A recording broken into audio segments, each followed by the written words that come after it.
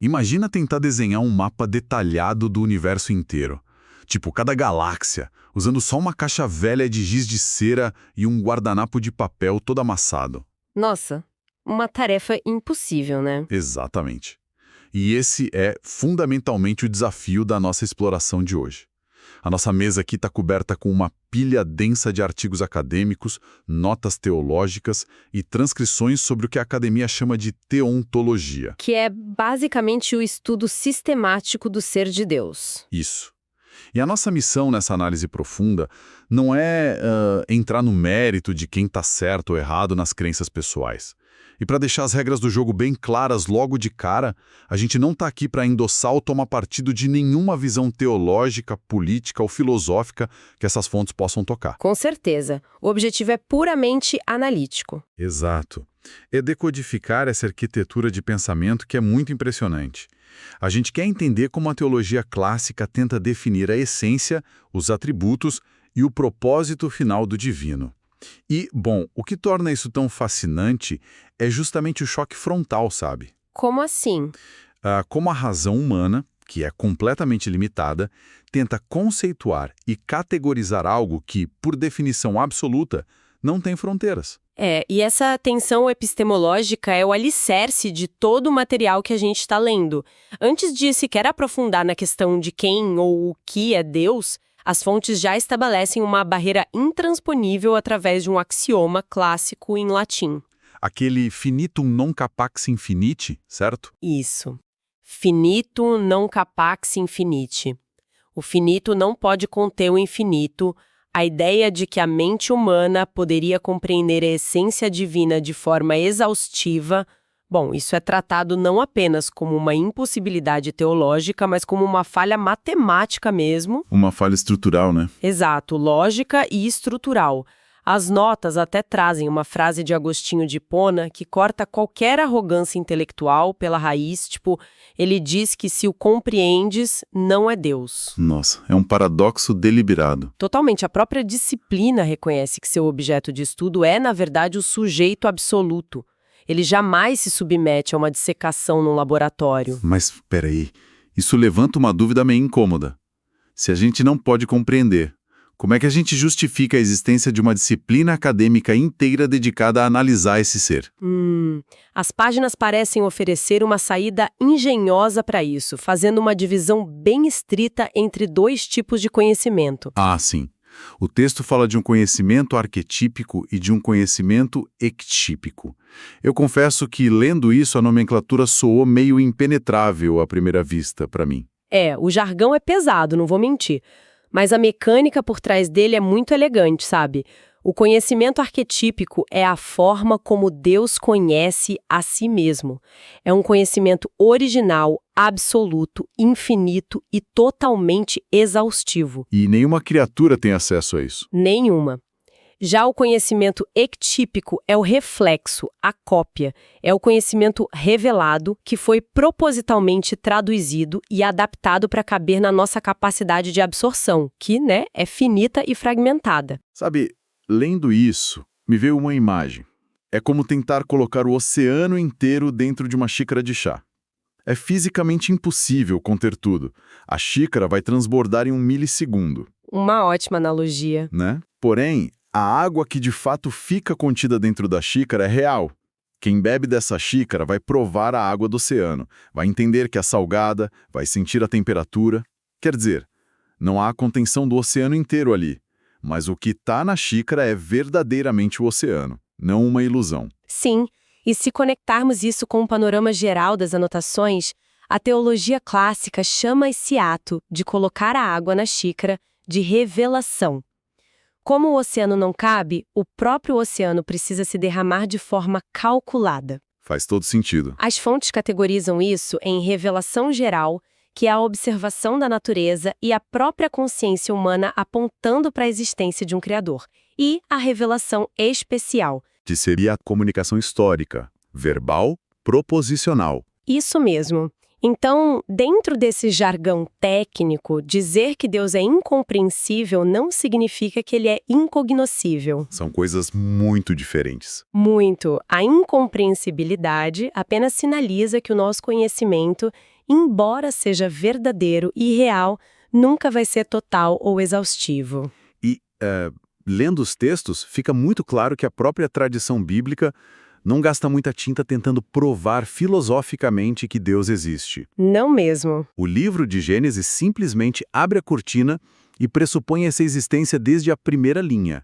Tipo, no princípio criou Deus. Mas a teologia acadêmica, os grandes pensadores do passado, eles não se contentaram em apenas aceitar isso passivamente. Eles precisavam sistematizar, né? Eles desenvolveram os preâmbulos fidei, que são os preâmbulos da fé. Basicamente, usaram a lógica humana para tentar pavimentar o caminho até a revelação. E esses preâmbulos operam como pontes racionais.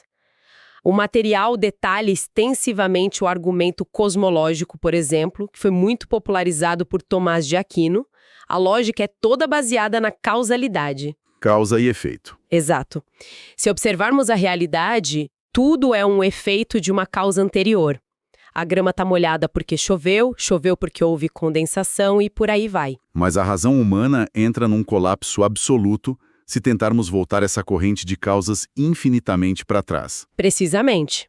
A filosofia clássica argumenta que é necessário haver uma causa primeira que não foi causada por nada.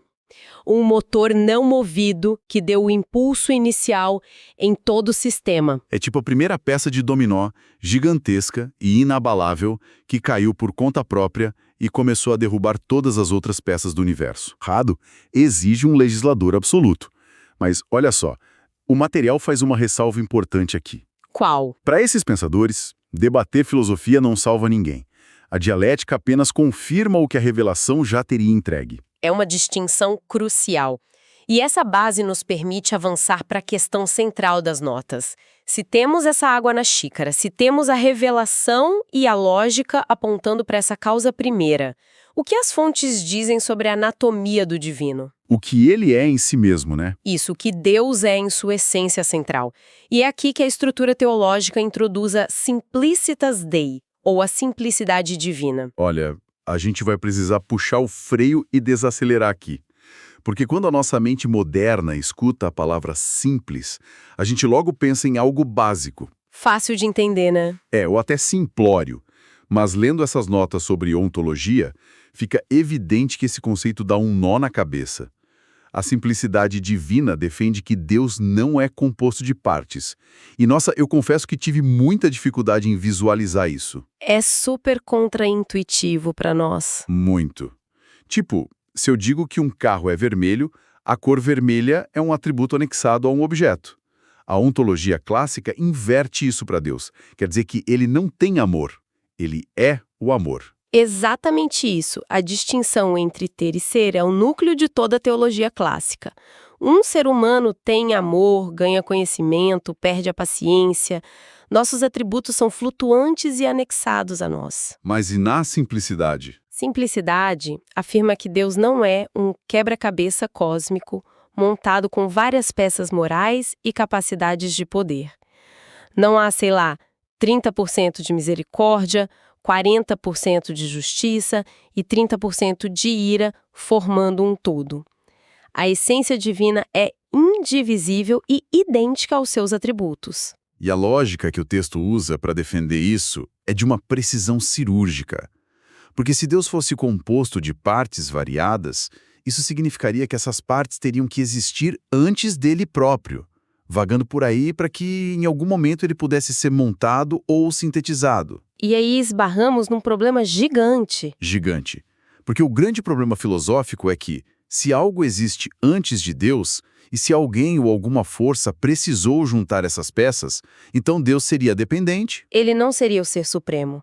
A consequência inevitável da composição é a dependência.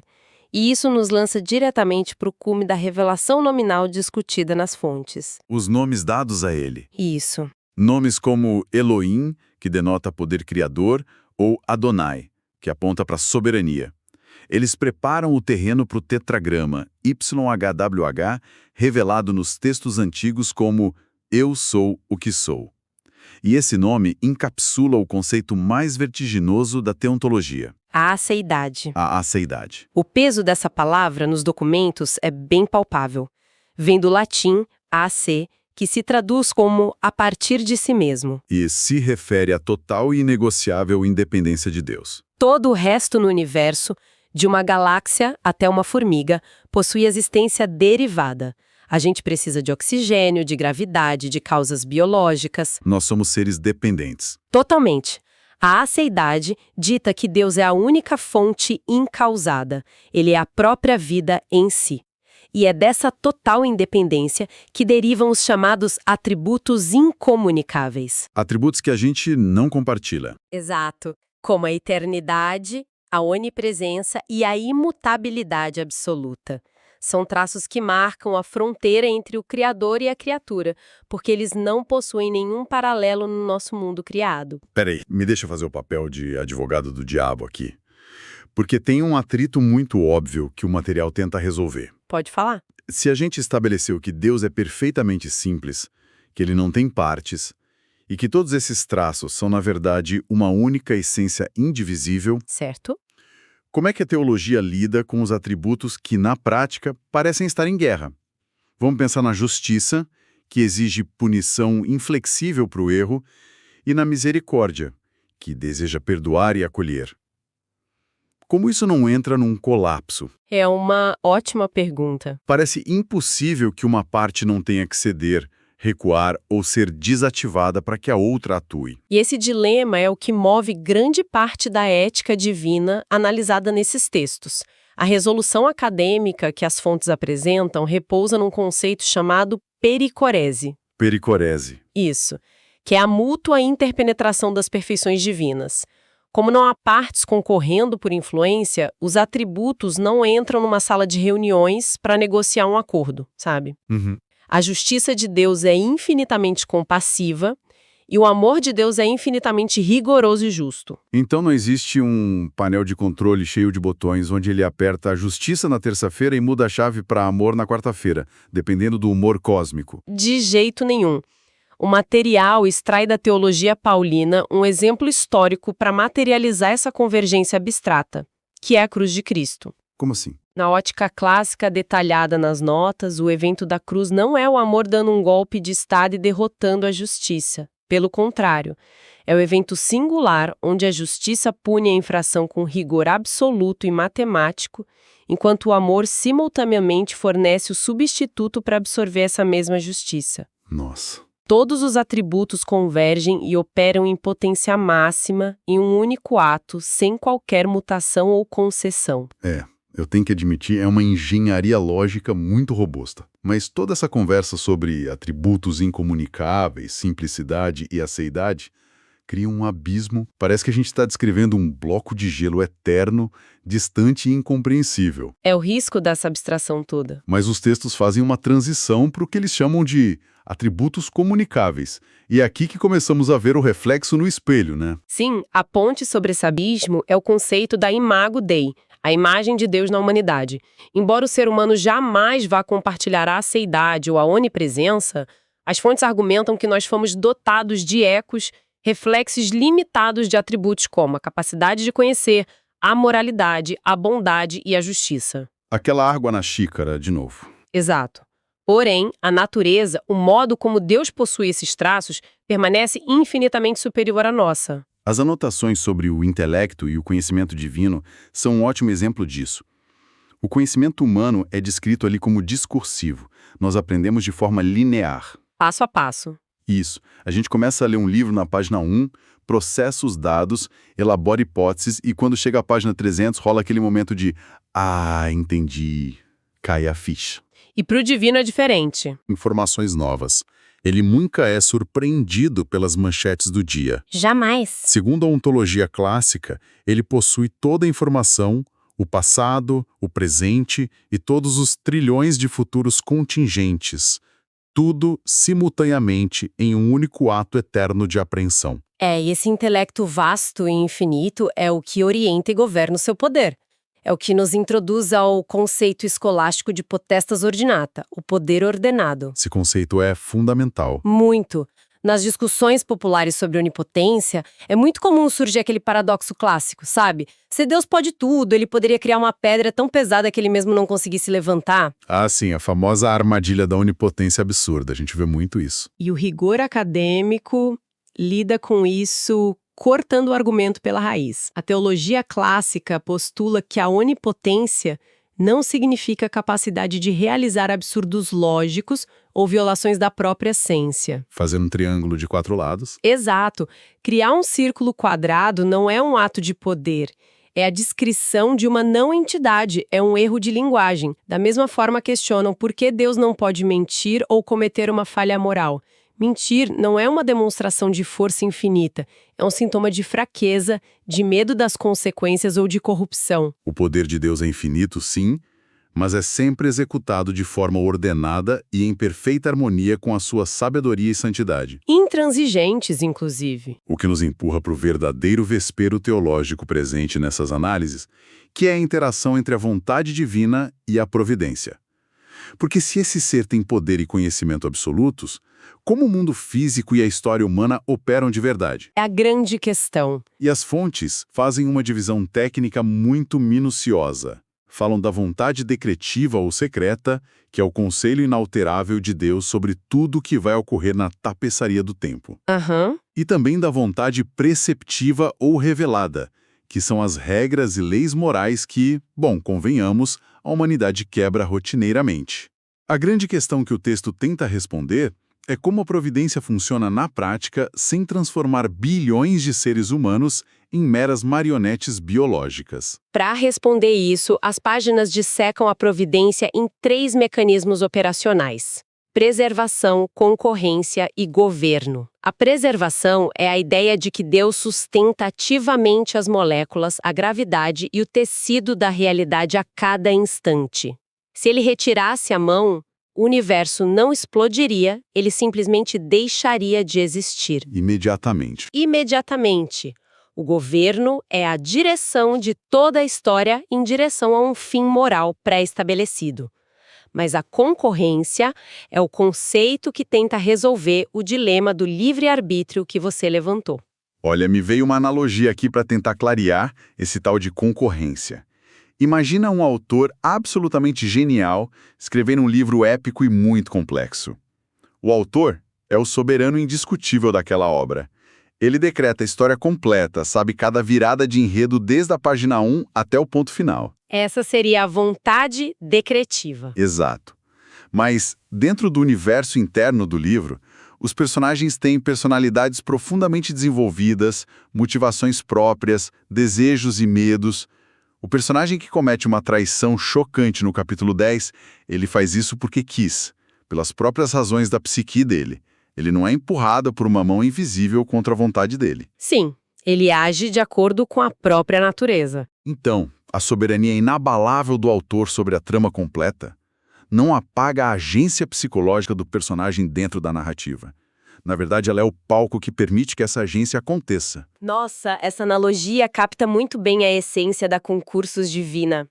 A teologia insiste que Deus opera de forma concorrente através das causas secundárias. Ele não suspende as leis da física ou anula a vontade humana para que os seus decretos ocorram. Ele age através das escolhas livres das criaturas. Sem violar quem elas são. E a importância de entender essa mecânica é que ela blinda o sistema teológico contra o erro do deísmo. O deísmo enxerga Deus como aquele relojoeiro cego, né? E mecânico. Que montou as engrenagens do cosmos, deu corda e foi embora tirar férias na eternidade. A providência delineada nessas fontes revela uma soberania que é extremamente pessoal, detalhista e relacional. E aqui a gente chega no momento de virada dessas fontes, onde o raciocínio filosófico atinge assim o seu clímax. A grande pergunta do porquê. O fim último. Recuando um pouco, a gente estabeleceu que Deus possui a aceidade absoluta. Ele não precisa de ar, de espaço, de tempo e, mais importante, ele não precisa de relacionamento externo para existir de forma completa. Ele tem poder total e conhecimento absoluto. Então, diante dessa autossuficiência monumental, por que o universo material existe? Boa pergunta. Por que criar galáxias, planetas e a vida humana? O próprio ato de criar algo novo não soa como uma admissão de que faltava alguma coisa no cenário anterior? A intuição humana costuma mesmo escorregar nessa armadilha lógica. A gente imagina um Deus solitário, vagando pelo vazio eterno, sentindo-se entediado ou carente e decidindo criar a humanidade para ter companhia ou, sei lá, súditos para reverenciá-lo. Uma carência cósmica. Mas a teontologia esmaga essa visão introduzindo o conceito da beatitude divina. A beatitude é descrita como a felicidade infinita, inesgotável e autossatisfeita de Deus. Ele é o summum bonum, o bem supremo, perfeitamente alegre e realizado na sua própria existência. Mas isso altera tudo. Significa que a criação do cosmos não é um ato de desespero ou o preenchimento de uma lacuna existencial. É um transbordamento. Sim, a criação nasce de uma superabundância de vida e de alegria. E isso nos leva à tese conclusiva do material que se apoia fortemente na lógica do teólogo Jonathan Edwards sobre o fim último de todas as coisas. Jonathan Edwards tem um raciocínio muito afiado sobre isso. Blindado, ele postula um raciocínio impecável. Se Deus vai criar algo, qual deve ser o objetivo supremo e final dessa criação? O fim último de Deus só pode ser o próprio Deus. A glória de Deus, expressa no termo só lhe deu glória. Toda a criação existe para manifestar, ecoar e exaltar a própria perfeição divina. O que, sejamos bem honestos, exige um esforço enorme da nossa mente para processar sem preconceitos. Ah, com certeza. Porque, para a nossa experiência humana, a ideia de que alguém faz tudo buscando a sua própria glória dispara todos os nossos alarmes morais, sabe? Imagina um líder político ou até o chefe de uma empresa que exige que todas as engrenagens, todos os recursos e todas as pessoas funcionem única e exclusivamente para glorificar o nome dele. Soa terrível. Nós chamaríamos essa pessoa de um narcisista patológico, egocêntrico e muito perigoso. Como a teologia contorna esse desconforto? Ela contorna chamando a atenção para a diferença ontológica massiva entre o Criador e a criatura. Quando um ser humano busca a própria glória acima de tudo, é uma corrupção moral. É um ato de idolatria? Exato, porque esse ser humano não é, de fato, o maior bem do universo. Ele está elevando algo imperfeito a um status supremo. Mas aplique essa mesma régua à perfeição absoluta. O que aconteceria se Deus decidisse valorizar o universo material ou até mesmo a humanidade mortal como o bem mais importante, o objetivo final de todas as coisas, acima de si mesmo? Nossa, se ele fizesse isso, ele estaria ativamente valorizando algo finito e imperfeito acima da perfeição absoluta. Nesse cenário exato, Deus se tornaria o idólatra. Exatamente. Ele negaria a própria realidade suprema. E a conclusão lógica é inescapável. A única posição filosoficamente coerente, a única ação verdadeira e justa para um ser de perfeição incalculável é ter a sua própria glória e manifestação como o fim último de tudo. E, de forma meio paradoxal, essa busca pela própria glória não é um ato de egoísmo isolado, mas o maior ato de generosidade e amor concebível. Porque ele compartilha? Isso. Ao transbordar e manifestar a sua glória, ele está compartilhando com o universo criado a melhor e mais elevada realidade que existe. Ele está dando o próprio ser. A sensação de ler esse desfecho é de que a estrutura do nosso próprio intelecto foi forçada até o limite de ruptura, sabe? E os textos encerram abordando qual é o destino final de todo esse esforço investigativo. As transcrições não apontam para um prêmio de doutorado, mas para o que chamam de Visio Dei, a visão beatífica. Que é a promessa teológica final. A promessa de que, no fim da história, esse processo de tentar enxergar Deus através das frestas, das analogias com xícaras de chá e das complexidades acadêmicas, isso tudo dará lugar a um conhecimento direto, imediato e intuitivo. O objeto de estudo pesado de hoje torna-se o sujeito de uma fruição inesgotável. E a teontologia clássica é categórica ao afirmar que o estudo sistemático de Deus deve sempre terminar numa posição de silêncio reverente e assombro. O objetivo da doutrina não é fornecer dados estéreis para preencher prateleiras mentais ou vencer debates lógicos. É reorientar a bússola existencial de quem estuda. Como Agostinho disse. Sim, ele resumiu maravilhosamente bem, reconhecendo a agitação constante da alma humana, que busca descanso em 1000 lugares diferentes, até que repouse na origem e no fim de todas as coisas. Nós construímos uma longa e densa ponte através dessas páginas hoje. Saímos lá do abismo das nossas próprias limitações cognitivas para tentar compreender um ser que não pode ser contido. Passamos pela natureza indivisível. Isso, uma essência simples que não depende de nada no universo. Investigamos os atributos que espelham um poder governado por sabedoria inflexível e chegamos ao ápice estonteante de que o cosmos material não é o curativo para a solidão divina, mas o transbordamento da alegria perfeitamente resolvida de um ser supremo. É uma jornada e tanto para a mente. E a grande utilidade de dissecar uma estrutura de pensamento tão robusta e exigente é que ela funciona como um freio de emergência para a mente humana. Ela nos impede de cometer o erro sutil e diário de esculpir um ídolo confortável, sabe? De criar um Deus à nossa imagem. Exato. De tentar reduzir o divino a um assistente pessoal ou a um espelho das nossas próprias inclinações emocionais. E tudo isso nos empurra para uma linha de raciocínio muito prática ao fecharmos essas pastas de arquivos. Retomando a imensidão daquela água se derramando da xícara que não pode contê-la, pensa comigo.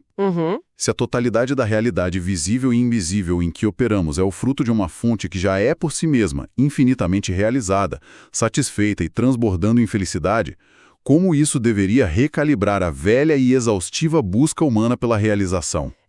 A pergunta de $1 milhão. Passa-se uma vida inteira lutando de forma ansiosa, correndo contra o relógio para tentar preencher um vazio interno, consumindo coisas que, por definição, são finitas e passageiras. É a xícara tentando se encher com outras xícaras. Perfeito. Mas e se a alternativa for parar de cavar o próprio poço em busca de água? E, em vez disso, aprender a participar de uma alegria autossuficiente que já pulsa no centro de tudo que existe. Fica a reflexão para ecoar em quem nos acompanha na jornada de hoje. Foi fascinante mergulhar nesses abismos e testar os limites das nossas pequenas xícaras. Até a próxima exploração.